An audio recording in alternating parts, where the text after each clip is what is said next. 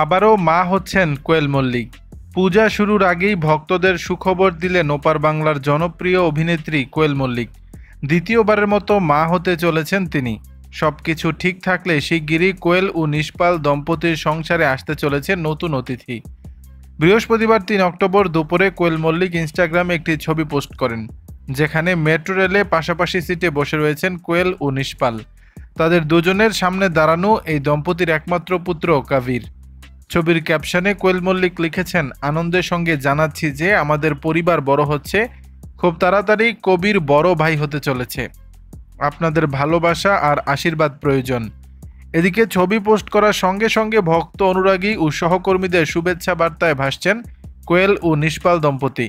নায়িকা নুসরাত জাহান লিখেছেন অভিনন্দন, নায়ক জিৎ লিখেছেন দারুণ, পরিবারের সবাইকে অভিনন্দন, শুভশ্রী গাঙ্গুলি লিখেছেন অভিনন্দন, ঋতুপর্ণা সেনগুপ্ত লিখেছেন অভিনন্দন, খুব আনন্দ হচ্ছে। উল্লেখ্য, ২০১৩ সালের ১ ফেব্রুয়ারি প্রযোজক নিষ্পাল সিংকে বিয়ে করেন কোয়েল। ২০২০ সালের ৫ মে তাদের সংসার আলো করে আসে প্রথম সন্তান কাভির। দর্শক, বিষয়টি নিয়ে আপনাদের মতামত জানাবেন নিচের কমেন্ট বক্স।